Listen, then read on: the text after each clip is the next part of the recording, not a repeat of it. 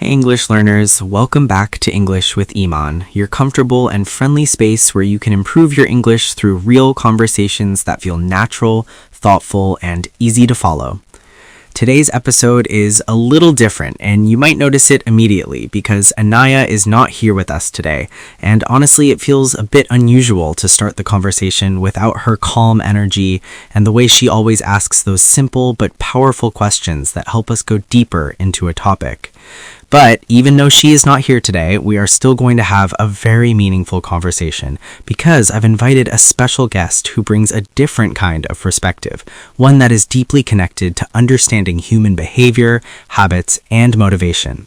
So joining me today is Dr. Aisha Karim, a behavioral psychologist and habit formation expert who has worked with people struggling with consistency, motivation, and long-term goals, especially in areas like learning new skills, building routines, and yes, even learning English. Hi, Iman. Thank you so much for having me here. And I have to say, I already miss Anaya a little because I can tell from your past episodes that she brings a very calm and balanced presence to your conversations. She really does, and I think she would have loved this topic because today we're talking about something very real, something almost everyone experiences at some point.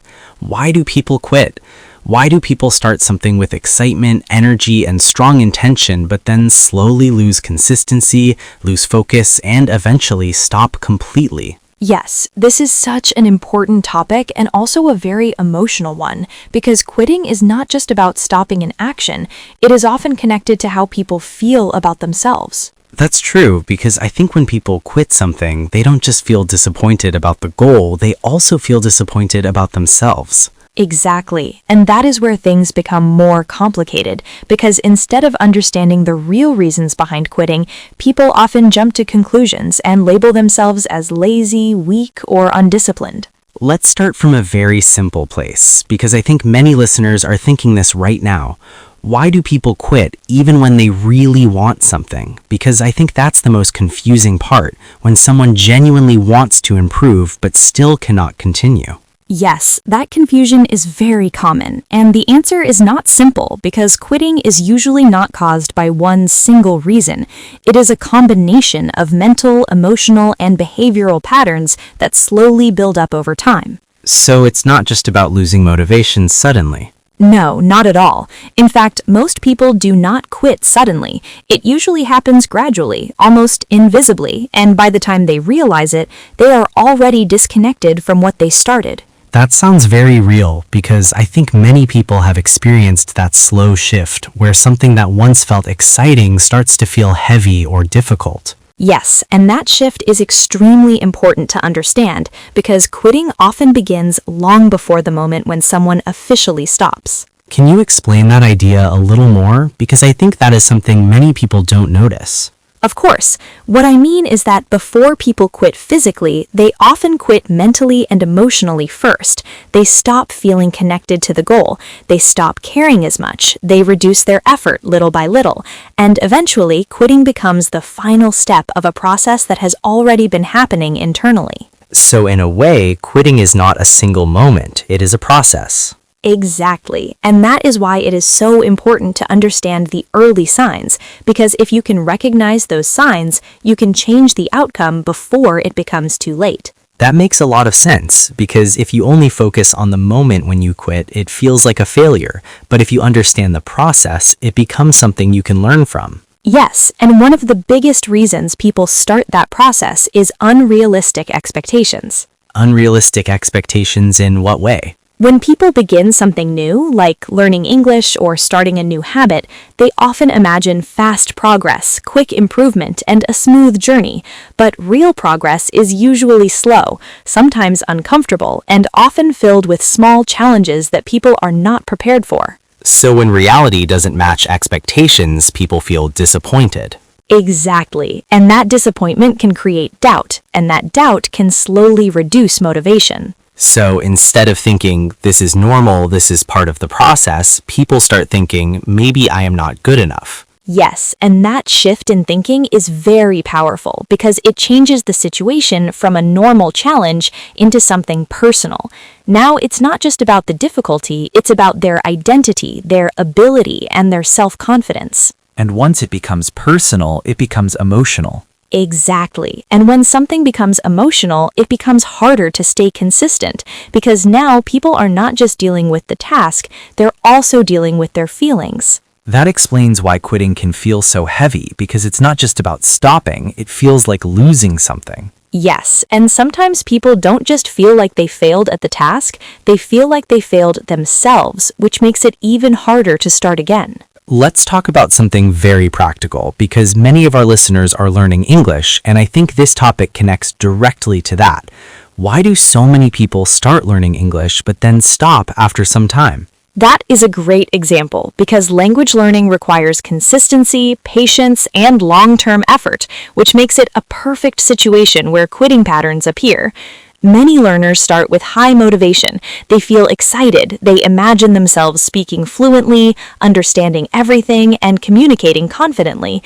But after some time, they face reality, which includes slow progress, difficulty understanding, making mistakes, and sometimes feeling stuck. And that can be discouraging. Yes, especially if they expected faster results, because then they start questioning their ability instead of adjusting their expectations. So the problem is not just the difficulty, but how people interpret the difficulty. Exactly, because difficulty is normal, but if you see it as a sign that something is wrong with you, it becomes a reason to stop. So maybe the real question is not just why people quit, but what happens between starting and quitting. Yes, that middle phase is where everything happens, where motivation starts to drop, resistance starts to grow, and consistency becomes harder to maintain. So in the next part, we're going to go deeper into that middle phase and explore what actually happens when motivation fades and why people begin to lose momentum even when they still care about their goal. Because if you understand that phase clearly, you can begin to take control of it instead of being controlled by it. So let's continue from where we left off, because I think this middle phase you mentioned, the space between starting and quitting, is where most people struggle the most, even though they don't always understand what is actually happening inside that phase. Yes, and that is exactly why it feels confusing, because on the surface, it looks like people are simply losing motivation, but underneath that, there are several layers of resistance, emotional friction, and mental patterns that slowly reduce their ability to continue. Emotional friction sounds interesting. Can you explain what that means in a simple way? Of course. Emotional friction is that uncomfortable feeling you experience when you know you should do something, but you don't feel like doing it. And instead of taking action, you delay, avoid, or distract yourself. So it is that moment when you think, I should study English, but then you open your phone instead. Exactly. And what is important to understand is that this is not just laziness. It is your brain trying to avoid discomfort because the task feels difficult, uncertain, or mentally tiring. So in that moment, the brain is choosing comfort over progress. Yes, and the brain is very good at that because it is designed to protect you from stress and discomfort, even if that means sacrificing long-term goals. That explains why short-term choices often feel easier even if they are not helpful. Exactly, because short-term comfort is immediate, but long-term progress requires effort, patience, and sometimes discomfort. So what happens after that moment of avoidance? Because I think this is where many people start to feel guilty. Yes, that is the next layer. After avoidance comes guilt, and guilt creates a negative emotional state where people start thinking, I should have done better, or I am wasting my time. And that feeling is not very motivating. Not at all. In fact, guilt often reduces motivation even more because instead of feeling encouraged to act, people feel discouraged and overwhelmed. So it becomes a cycle. You avoid the task, then you feel guilty, then that guilt makes it harder to return to the task. Exactly. And over time, this cycle becomes stronger because the longer you stay away from the task, the more difficult it feels to come back. That sounds very familiar, especially for people learning English, because if you stop practicing for a few days, it already feels harder to restart. Yes, and that is because your connection to the habit becomes weaker, and your brain starts associating the task with difficulty and discomfort instead of progress. So the problem is not just stopping, but how stopping changes your relationship with the task. Exactly, and this is where resistance becomes stronger, because now the task is not just something you need to do, it becomes something you are avoiding emotionally. Let's talk about another part of this process, because I think many people also struggle with consistency. They start well, but they cannot maintain the same energy over time. Yes, and that is completely normal because motivation is not stable. It changes depending on your energy, your environment, your mood, and your circumstances. So expecting constant motivation is unrealistic. Exactly, and that is one of the biggest mistakes people make. They depend too much on motivation instead of building systems and habits that work even when motivation is low. That is very important because I think many people say, I don't feel motivated today, and then they do nothing. Yes, and while that feeling is real, acting based on that feeling alone can create inconsistency because motivation will always go up and down. So what should people do instead if they cannot rely on motivation all the time? They need to reduce the effort required to start because often the biggest challenge is not doing the task, it's starting the task. That makes sense because once you start, it becomes easier to continue. Exactly, and that is why making tasks smaller and more manageable is so powerful because it reduces resistance and makes it easier to take action. So instead of saying, I will study English for 2 hours, you can say, I will listen for 10 minutes. Yes, and that small step is often enough to break the resistance and create momentum. Let's also talk about something emotional, because I think fear plays a role here as well. Yes, fear is a very important factor, especially fear of failure, fear of making mistakes, and fear of not being good enough. And that fear can stop people from continuing. Exactly, because when people feel that their effort might lead to failure or embarrassment, they often choose to avoid the situation completely. So quitting can sometimes feel safer than continuing. Yes, because quitting removes the immediate discomfort, even though it creates long-term regret. That is a very strong idea, because it shows that quitting is not always about weakness. Sometimes it's about protecting yourself. Exactly, and that is why understanding these patterns is so important, because when you understand them, you can respond differently instead of reacting automatically. So if someone is listening right now and thinking, yes, this is exactly what I do, what would you say to them? I would say first, do not judge yourself too quickly because these patterns are very common and they do not mean you are lazy or incapable. Second, start observing your behavior more clearly. Notice when you avoid tasks, when you feel resistance, and what thoughts appear in your mind during those moments. So awareness is the first step. Yes, because you cannot change what you do not understand. And once people become aware, what comes next? Then they can begin to change small things like reducing task size, creating simple routines, and accepting that discomfort is part of the process. That sounds much more realistic than trying to stay motivated all the time. Yes, because real progress is not about perfect motivation. It's about learning how to continue even when motivation is low.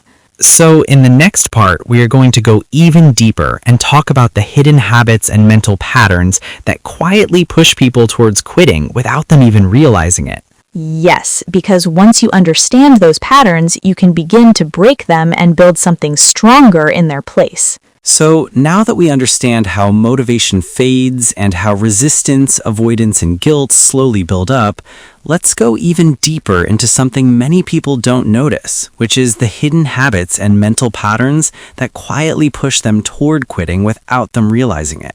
Yes, because quitting is rarely just one decision. It is often the result of repeated patterns that slowly shape behavior over time. And if those patterns are not recognized, they continue to repeat again and again. So it's like an invisible system working in the background. Exactly. And one of the most common patterns is what we call all or nothing thinking, where people believe that if they cannot do something perfectly, then it is not worth doing at all. That sounds very familiar, especially for people learning English because they often think, if I cannot speak fluently, then my practice is not good enough. Yes, and that kind of thinking is very dangerous because it removes the value of small progress. And without small progress, long-term growth becomes impossible. So instead of appreciating small steps, people wait for perfect performance. Exactly, and since perfect performance is unrealistic, they feel disappointed, and that disappointment slowly leads to quitting. That makes a lot of sense because perfection can become a barrier instead of a goal. Yes, and another pattern that is very common is overthinking, where people spend too much time analyzing what they should do instead of actually doing it. So they're busy thinking but not acting. Exactly, and overthinking creates a false sense of progress because it feels like you are working on the problem, but in reality, you're just delaying action. That is very interesting because I think many people feel productive when they are planning, but they are not actually moving forward. Yes, planning is useful, but only to a certain point. After that, action becomes more important than thinking. So too much thinking can actually stop progress. Exactly, and when action is delayed too often, it becomes easier to quit because the habit of doing the task becomes weaker. Let's talk about another pattern because I think comparison also plays a role here. Yes, comparison is a very powerful factor, especially in today's world where people constantly see others' progress on social media or in their environment. And that can create pressure. Yes, because instead of focusing on their own journey, people start comparing themselves to others who may be at a different level, different stage, or different situation. And that comparison often leads to discouragement. Exactly, because when you compare your beginning to someone else's middle or advanced stage, it creates a feeling that you are behind, even if you are actually making normal progress. So comparison can reduce confidence. Yes, and when confidence decreases, motivation also decreases, which increases the chances of quitting. That connects directly to something I see with English learners. They often say, others speak better than me, and then they feel like giving up. Yes, and that is why it is important to remember that progress is personal, and comparing it too much can damage your motivation. Another thing I want to ask about is identity, because I feel like how people see themselves also affects whether they continue or quit. You're absolutely right. Identity plays a very important role because if someone believes, I am not a disciplined person or I am not good at learning languages, that belief influences their behavior. So their actions follow their beliefs. Exactly, and if the belief is negative, it creates a self-fulfilling pattern where people act in ways that confirm that belief. So if someone thinks they always quit, they are more likely to quit again. Yes, because their brain is trying to stay consistent with their identity, even if that identity is limiting. That sounds very powerful because it means quitting is not just about behavior, it's also about self-image. Exactly, and that is why changing identity is an important part of long-term consistency, because when people start seeing themselves differently, their actions begin to change as well. So instead of saying, I always quit, they can say, I am someone who is learning to stay consistent. Yes, and that small shift can create a big difference over time. Let's talk about one more pattern, because I think many people also struggle with waiting for the perfect time. Yes, that is another very common one. People often think they need the right mood, the right environment, or the right situation to start or continue something. But that perfect moment rarely comes. Exactly, and while they're waiting, time passes, opportunities are lost, and the habit becomes weaker. So waiting becomes another form of delay. Yes, and over time, that delay can turn into quitting, because the longer you wait, the harder it feels to begin again. So if we look at all these patterns together, all or nothing thinking, overthinking, comparison, negative identity, and waiting for the perfect time, they all slowly push people away from their goals. Exactly, and the most important thing is that these patterns are often unconscious. People do not realize they are happening, they just feel stuck or unmotivated. So awareness becomes the key again. Yes, because once you can see these patterns clearly, you can start interrupting them and making different choices. So instead of reacting automatically, you respond consciously. Exactly, and that's where real change begins. So in the next part, we are going to move from understanding to action and talk about practical ways to break these patterns and build consistency in a more realistic and sustainable way. Yes, because understanding is the first step, but action is what creates real results. So now that we clearly understand the hidden patterns that push people toward quitting, the next step is to focus on something very practical. How do we actually break these patterns and build consistency in a way that feels realistic and sustainable? Yes, because awareness is powerful, but if it is not followed by action, nothing really changes, and many people understand their problems but still struggle to take consistent action. So let's make this very simple and useful for our listeners, especially those who are learning English and want to stay consistent. What is the first step someone should take if they feel stuck in this cycle of starting and quitting? The first step is to reduce pressure, because many people create too much pressure around their goals, and that pressure makes the task feel heavy and stressful instead of manageable. So instead of motivating them, it actually pushes them away. Exactly, because when something feels too heavy, your brain naturally tries to avoid it, so reducing pressure makes it easier to start. How can someone reduce pressure in a practical way? One very simple method is to make your goal smaller, not in importance, but in daily action.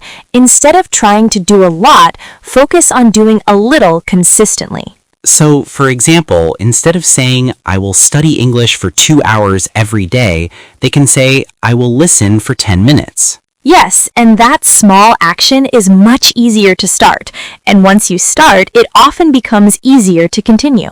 So, the goal is to make starting easier. Exactly, because starting is usually the hardest part, and once you remove that barrier, consistency becomes more natural. What is the next step after reducing pressure?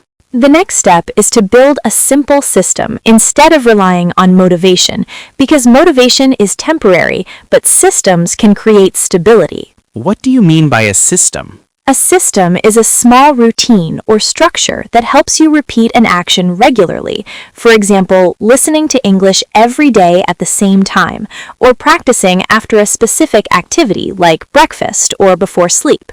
So, it becomes part of your daily routine. Yes, and when something becomes part of your routine, it requires less decision-making, which makes it easier to continue. That makes sense, because when you don't have to decide every day, you save mental energy. Exactly, and that mental energy can be used for the task itself instead of deciding whether to do it. Let's talk about another important point, because many people start strong but lose consistency when life becomes busy or stressful. Yes, and that is why flexibility is very important, because life is not always predictable and rigid systems often break when something changes. So people need a system that can adapt. Exactly. For example, if you cannot study for 1 hour, you can still do 5 or 10 minutes. The idea is to keep the habit alive even in a small way. So consistency is more important than intensity. Yes, because doing something small regularly is much more effective than doing something big occasionally. That is a very powerful idea, because many people think they need to do a lot to make progress. Yes, but in reality, small, consistent actions create long-term results. Let's also talk about mindset, because I feel like how people think during the process is very important. Absolutely. And one of the most helpful mindset shifts is to stop seeing mistakes as failure and start seeing them as part of learning. That is especially important for language learners because mistakes are unavoidable. Yes, and if people fear mistakes, they avoid practice, and if they avoid practice, they cannot improve. So mistakes are not the problem. Avoiding them is the problem. Exactly, and when you accept mistakes as part of the process, you reduce fear and increase action. Another thing I want to ask is about discipline, because many people believe they need strong discipline to stay consistent. Discipline is helpful, but it is often misunderstood. People think discipline means forcing yourself to do difficult things all the time, but real discipline is about making things easier to do. That sounds different from what people usually think. Yes, because if your system is simple, your environment supports you, and your tasks are manageable, you need less force and more natural effort. So discipline is not just about willpower. Exactly. It is about designing your habits in a way that supports your behavior. Let's talk about environment as well, because I think that also affects consistency. Yes, your environment plays a huge role because it can either support your habits or distract you from them. So what can people do to improve their environment? They can make their learning tools easily accessible, reduce distractions like unnecessary phone use, and create a space where it is easier to focus. So small changes in environment can create big changes in behavior. Exactly, because your environment influences your actions more than you realize. If we bring everything together, reducing pressure, building systems, staying flexible, accepting mistakes, and improving environment, it creates a strong foundation for consistency. Yes, and the most important thing is to start small and stay consistent, because change does not happen in one big moment. It happens through repeated small actions over time. So instead of trying to be perfect, people should focus on being consistent. Exactly, because consistency builds confidence, and confidence makes it easier to continue. So in the final part, we're going to bring everything together and talk about how people can change their identity, rebuild their confidence, and create a long-term mindset that helps them stop quitting and start continuing. Yes, because real change is not just about actions, it's about how you see yourself and how you approach your goals over time. So now we've reached the final part of this conversation, and I think this is where everything comes together because we've talked about why people quit, what happens in that middle phase, the hidden patterns behind it, and the practical ways to stay consistent.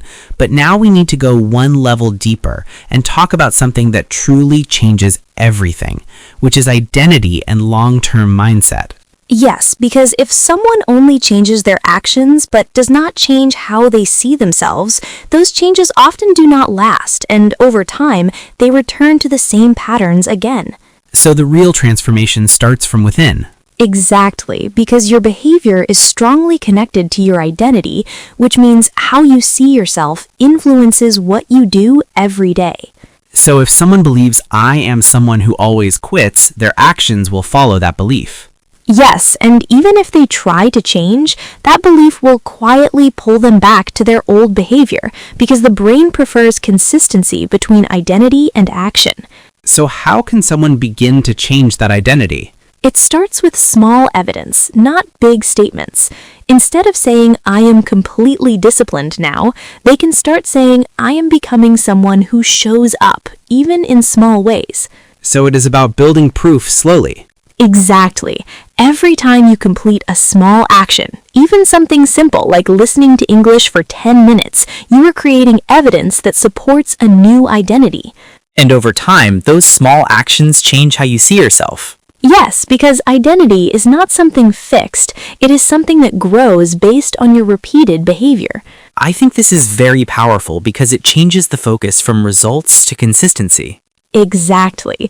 And when people focus too much on results, they often feel frustrated because results take time. But when they focus on consistency, they can see progress every day. So instead of asking, am I fluent yet, they can ask, did I show up today? Yes, and that simple question can change everything because it keeps the focus on action instead of outcome. Let's also talk about confidence because many people feel like they cannot continue because they are not confident enough. Yes, and that is a very common misunderstanding because people think confidence comes before action, but in reality, confidence comes after repeated action. So you don't wait to feel confident, you build confidence by doing. Exactly. Every time you practice, every time you continue, even when it feels difficult, you are building confidence slowly. That connects perfectly to language learning because many people wait until they feel ready to speak, but they never feel ready because they don't practice enough. Yes, and that is why taking imperfect action is so important, because waiting for perfection often leads to no action at all. Another thing I want to ask is about failure, because I think fear of failure is one of the biggest reasons people quit. Yes, and the problem is not failure itself, but how people define failure. Many people see failure as the end, instead of seeing it as feedback. So they think, I failed, so I should stop. Exactly, but a more helpful way to think is, this did not work. What can I learn from it? So failure becomes part of the process. Yes, and when people accept that, they become more willing to continue because they are not afraid of making mistakes. Let's bring this back to something very simple and real for our listeners, especially those learning English, because this is not just a theory, it is something they experience every day. If someone feels like they have started and stopped many times, what would you say to them right now? I would say, first, do not see your past attempts as failures. See them as part of your learning process, because every time you started, you learned something, even if you did not continue. Second, start again, but start smaller. Remove pressure, remove perfection, and focus only on showing up consistently. Third, be patient with yourself, because real progress takes time, and it's normal to feel slow at the beginning. That sounds very encouraging because it removes the idea that you are starting from zero. Yes, you are not starting from zero, you are starting from experience. And I think that is a very important message because many people feel like they are behind, but in reality, they are just continuing their journey. Exactly, and that mindset makes it easier to keep going instead of giving up. Before we finish, let's summarize everything in a simple way so our listeners can remember the key ideas. Why do people quit? People quit not because they are weak, but because of patterns like unrealistic expectations, emotional resistance, overthinking, comparison, fear, and lack of consistent systems. And how can they stop quitting? By reducing pressure, starting small, building simple systems, accepting discomfort, changing their mindset, and most importantly, building a new identity based on consistent action. And what is the most important thing to remember? That consistency is more important than perfection, and small actions done regularly are more powerful than big actions done occasionally. That is such a powerful way to end this conversation because it makes everything feel more possible and more realistic. Thank you so much, Dr. Aisha, for sharing your insights and helping us understand this topic in such a clear and practical way. Thank you, Iman. It was a pleasure to be here, and I really hope this conversation helps people see quitting in a different way and feel more confident about continuing. And to everyone listening, if this episode helped you even in a small way, remember this. You don't need to be perfect. You just need to continue. Start small, stay consistent, and be patient with yourself. Your progress is happening, even if it feels slow. This is Iman, and you've been listening to English with Iman. Keep learning, keep practicing, and I'll see you in the next episode.